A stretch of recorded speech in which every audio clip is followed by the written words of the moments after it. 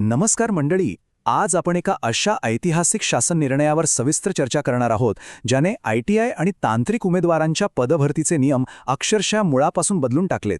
खास करून fresh ITI आणि CITS उमेदवारांसाठी हे नवीन भरती नियम नेमके कसे आहेत याचा आपण सखोल अभ्यास करणार आहोत. चला तर मग वेळ न घालवता थेट सुरू करूया.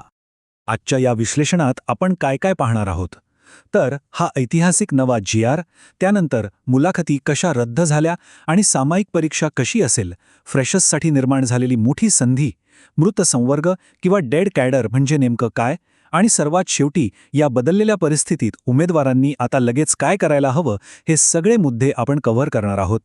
सुरुवात करूया आपल्या पहिल्या आणि सर्वात महत्त्वाच्या मुद्द्यापासून. हा ऐतिहासिक बदल आणि नवा शासन निर्णय नेमका काय सांगतो ते पाहूया. नव्या 2024च्या शासन निर्णयानुसार एक अत्यंत मोठा आणि ऐतिहासिक संरचनात्मक बदल झालाय. गट ब अराजपत्रित आणि गट क मधील सर्व तांत्रिक पदांची भरती प्रक्रिया आता थेट महाराष्ट्र लोकसेवा आयोगाकडे म्हणजेच आपल्या MPSCकडे वर्ग करण्यात आली आहे. हा खरोखरच एक मोठा गेम चेंजर निर्णय आहे. शासनाने त्यांच्या अधिकृत कागदपत्रात स्पष्टच केलंय की त्यांचं उद्दिष्ट किमान शासन आणि कमाल प्रशासन हे आहे. सोप्या भाषेत सांगायचं तर भरती प्रक्रियेत होणारा विलंब, तीच गुंतागुंत आणि लाल फितीचा कारभार पूर्णपणे बाजूला सारून एक अत्यंत पारदर्शक आणि फास्ट ट्रॅक सिस्टम उभी करण्याचा हा प्रयत्न आहे. आता वळूया दुसऱ्या विभागाकडे आणि परीक्षा प्रक्रियेत उमेदवारांच्या दृष्टिकोनातून कसा आमूलाग्र बदल झालाय ते समजून घेऊया. तुम्हाला आठवत असेल, पूर्वी काय व्हायचं? एकाच प्रकारच्या पदांसाठी वेगवेगळ्या परीक्षा, वेगवेगळे अभ्यासक्रम आणि प्रत्येक परीक्षेची वेगळी फी. ह्या सगळ्यामुळे उमेदवारांवर किती प्रचंड मानसिक आणि आर्थिक ताण यायचा. पण आता हा सगळा गोंधळ संपलाय आणि त्याची जागा एकाच सुटसुटीत सामायिक प्रक्रियेने घेतली आहे. आणि यातली सर्वात भारी बातमी कोणती असेल तर ती म्हणजे मुलाखती कायमच्या रद्द होणे. होय, गट ब आणि गट क पदांसाठी आता इंटरव्ह्यूज पूर्णपणे कॅन्सल झाले आहेत. तुमची निवड आता 100% फक्त लेखी परीक्षेच्या मार्कांवर होणार आहे. म्हणजे तोंडी परीक्षेचं ते टेन्शन आता कायमचा खल्लास. मग आता ही नवीन MPSC तांत्रिक परीक्षा कशी होईल? तर हे 4 अगदी सोपे टप्पे आहेत. 1. नोडल विभाग सगळ्या रिक्त जागांची माहिती गोळा करेल. 2. MPSC एक मोठी संयुक्त जाहिरात काढेल. 3. आपण सगळे एक सामायिक परीक्षा देऊ. आणि 4. थेट मेरिटवर अपॉइंटमेंट. किती सोपा आणि सरळ आहे ना? थोडक्यात सांगायचं तर ही संपूर्ण प्रक्रिया एकाच नोडल विभागाखाली आल्यामुळे आपला अभ्यासाचा ताण, वाया जाणारा वेळ आणि पैसा या सगळ्यांची प्रचंड मोठी बचत होणार आहे. आता आपण पोहोचलोय आजच्या विश्लेषणाच्या अगदी गाभ्यापर्यंत.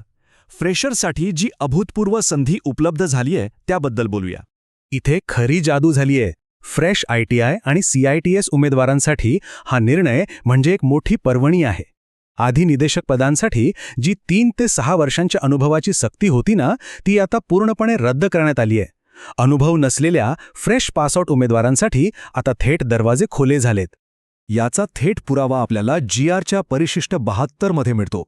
तिथे अगदी स्पष्ट शब्दात लिहून ठेवलंय की क्राफ्ट आणि ट्रेड इन्स्ट्रक्टरसारख्या पदांसाठी आता कोणताही अनुभव किंवा अतिरिक्त कौशल्य आवश्यक नाहीत.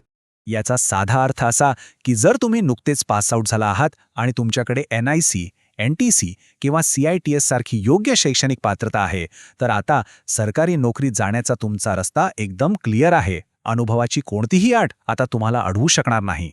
पण थांबा, ह्या सगळ्या सकारात्मक बातम्यांसोबतच एका मोठ्या धोक्यापासून तुम्हाला सावध राहायचंय. तो म्हणजे मृत संवर्ग किंवा डेड कॅडर. आता हे मृत संवर्ग म्हणजे नेमकं काय? तर ही अशी प्रशासकीय पदे आहेत जी आजच्या या आधुनिक तंत्रज्ञानाच्या आणि बदललेल्या प्रशासकीय रचनेच्या काळात पूर्णपणे कालबाह्य आणि अनावश्यक ठरली आहेत. शासनाला आता या पदांची अजिबात गरज उरलेली नाही. म्हणूनच जुन्या जाहिराती बघून या कालबाह्य पदांसाठी अभ्यास करणे आत्ताच्या आत्ता थांबवा. कारण हे स्पष्ट आहे की या डेड कॅडर पदांवर भविष्यात कोणतीही नवीन भरती होणारच नाहीये. तुमचा मौल्यवान वेळ तिथे अजिबात वाया घालवू नका. हे सगळे ऐतिहासिक नियम आणि बदल समजून घेतल्यानंतर आता पुढचा आणि सगळ्यात महत्त्वाचा प्रश्न येतो, आपण आता नेमकं काय करायचं? तुमचा पुढचा ॲक्शन प्लॅन अगदी क्लिअर असायला हवा. सगळ्यात आधी MPSC पोर्टलवर जाऊन तुमचं प्रोफाईल या नवीन शैक्षणिक पात्रतेनुसार लगेच अपडेट करा. तुमचं CITS किंवा NACचे सर्टिफिकेट्स रेडी ठेवा आणि बदललेल्या सामायिक अभ्यासक्रमावर पूर्ण फोकस करा. मुलाखतीचं ओझं आता उतरलंय आणि झिरो एक्सपिरियन्सची अट तुमच्यासाठी गेम चेंजर ठरली आहे. त्यामुळे आता तुमचं एकच आणि अंतिम टार्गेट असायला हवं ते म्हणजे या 100% लेखी परीक्षेत जास्तीत जास्त म्हणजे मॅक्सिमम स्कोअर करणं. तर मंडळी, या सविस्तर विश्लेषणाच्या शेवटी स्वतःला एकच प्रश्न विचारा. या नव्या, अडथळे नसलेल्या ऐतिहासिक संधीचा पूर्ण फायदा घेण्यासाठी तुमचं एमपीएसची प्रोफाईल खरोखर अपडेटेड आहे का, की तुम्ही अजूनही त्या जुन्याच नियमांच्या जगात अडकून पडला आहात? हीच वेळ आहे ॲक्शन घेण्याची. आजच कामाला लागा आणि या सुवर्ण संधीचं सोनं करा.